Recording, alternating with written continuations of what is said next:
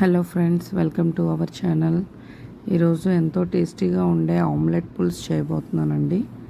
చాలా టేస్టీగా ఉంటుంది. మీరు ఎప్పుడైనా విన్నారా? అలాగని ఎక్కువ కష్టమేం కాదండి, చాలా సింపుల్గా చేసుకోవచ్చు. నాన్ వెజ్ తినేటప్పుడు ఏదో ఒకటి నాన్ వెజ్ ఐటమ్ ఉంటే బాగుంటుంది అనిపిస్తుంది.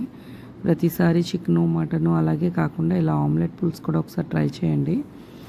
ఏం లేదండి, నేను 2 ఎగ్స్ తీసుకున్నాను. ఉప్పు, కారం, ఆనియన్స్, పచ్చిమిర్చి వేసి బాగా కలిపినట్టు చేసి ఆమ్లెట్లాగా వేసానండి.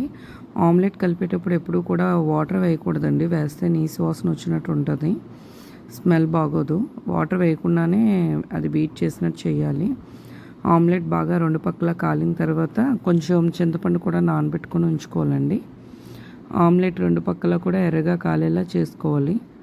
అది చేసుకున్న తర్వాత ఆనియన్స్, గ్రీన్ చిల్లీ, టమాటాలు అన్నీ కోసి ఉంచుకోవాలండి ముందుగానే. ఆయిల్లోని ఉల్లిపాయలు వేసి పచ్చిమిరపకాయలు 2 బాగా వేగనివ్వాలి. అవి బాగా వేగిన తర్వాత టమాటాలు కూడా వేయాలి. టమాటాలు మగ్గేలాగా వేగిన తర్వాత ఉప్పు, కారం వేయాలండి. ఉప్పు, కారం కూడా వేసిన తర్వాత కాసేపు మగ్గనివ్వాలి వాటర్ వేసి. ఇదేంటంటే అండి, వైట్ రైస్తో చాలా బాగుంటుంది, టేస్టీగా పుల్ల పుల్లగా కూడా ఉంటుంది. ఆమ్లెట్ టేస్ట్ కూడా మనకు తెలుస్తూ ఉంటుంది, బాగుంటుంది. ఈ ఉప్పు, కారం వేసిన తర్వాత మగ్గినట్టు అయిన తర్వాత వాటర్కి బదులు చింతపండు ఏదైతే నానబెట్టుకున్నామో అది పిసికిసినట్టు చేసి చింతపండు వాటర్ వేయాలండి.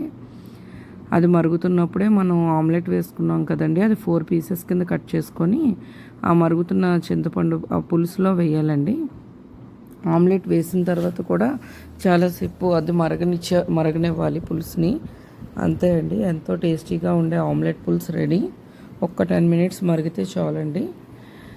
ఎంతో టేస్టీగా ఉంటుంది. వేడివేడిగా అన్నంలో వేసుకుందంటే చాలా బాగుంటుంది. Thanks for watching.